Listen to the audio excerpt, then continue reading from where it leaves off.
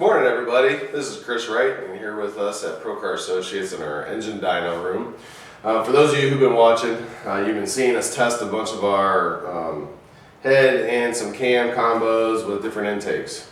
Basically we just used a stock GM LS3, 10,000 miles on this engine, nothing done to the bottom end of this engine. We took what we're calling our MVT370 head. Why is it our MVT370 head? Is because with stock valves, 650,000 lift, we're flowing 377 CFM. So the key that we're trying to do too is also keep the runner volume small. So our biggest thing is acceleration rate. And what we're seeing is on average our runner volumes are a couple cc smaller than the closest competitor. And so what that does is give you a greater acceleration, obviously, because it's all about how fast you get from point A to point B, how fast you come out of those turns on those road course. All those things play a big part in winning a race. So what we've been doing is just testing out our baseline package, our MVT370 head, on a just stock LS3. Now when we started with an engine that made 396 horsepower. Now we finished with an engine that makes 594 horsepower. Pretty impressive for a 376 cubic inch stock engine from General Motors with just some heads, cam, lifters, push rods, and intake and throttle body. We're using Holley EFI to do all of our fuel management. We do that quite regularly on this dyno. One of the things we're able to do on our dyno is obviously track the acceleration rate every 100 RPM. So it's taking that data every 100 RPM and we're looking at that to see where the engine falls off, picks up, and all that.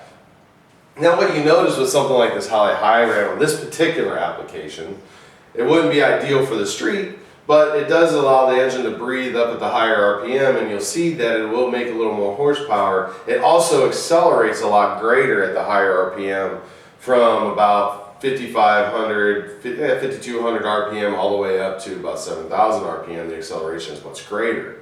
Now the videos you may have seen a little bit ago with the LSXR picks up all that mid-range torque, and we get 50 foot-pounds of torque back down low. And when I say down low, I'm not talking like stock level down low, I'm talking more around that 4,000 RPM down low. And the engine still revs out, and it's done about making power 6,500 with that intake manifold and throttle body. And so for an application like what this is actually going to go into a customer's Corvette, a good friend of ours, for what he's going to do, we'll stick with the LSXR intake manifold for that application.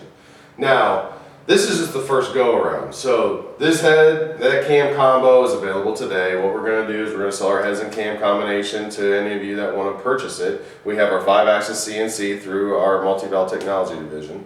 And basically we can produce, and we're going to have a few sets and keeping it simple, okay, of cylinder head cam combinations along with some crate engine packages. Because this is the first generation, if you will, for a simple base package with stock valves. Now, we can take this head and we can improve it with just adding a better valve, like a Ferrea valve is what we use typically. And we'll change that, and honestly, it does pick up a few CFM just by, especially on the exhaust side, just by changing the valve. And so consequently, we can get a little bit more out of this.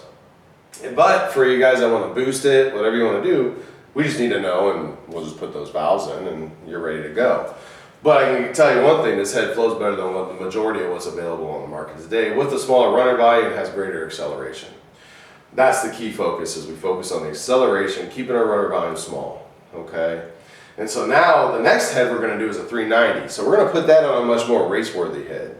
And we're going to do that at about 800 thousandths lift, because that head flows with good valves. We can flow about 407 CFM on a GM stock casting 823 head, or in about 800 thousandths lift max, okay, is where we run out.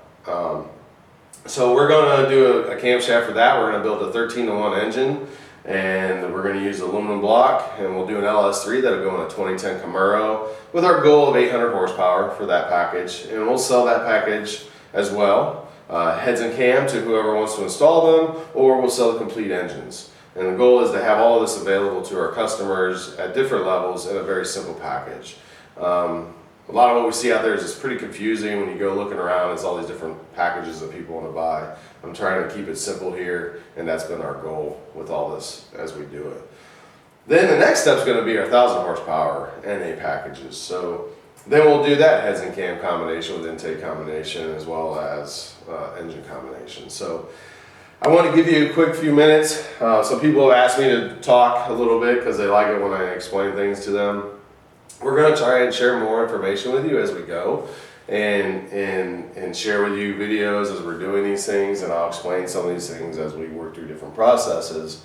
But the key here is that we're testing everything that we do. We want to know, and I want to know, what is this engine actually doing? It's great to have the chassis dyno, but the problem with the chassis dyno is I don't know exactly what the engine is, okay? Because I had all the variables of the drivetrain that you're dealing with on a chassis dyno. So I love knowing what I'm dealing with to start on the engine. That way then we can take the engine and we can put it into one of our project build cars, and then we can put it on the chassis dyno, and now I can really see what's going on and fine tune it on the chassis dyno, obviously.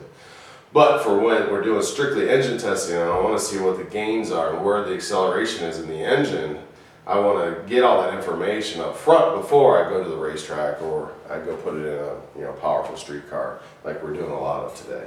So I hope this was helpful for you. I'm going to try to do more of this, and I appreciate your time. Have a great day, everybody, and thank you.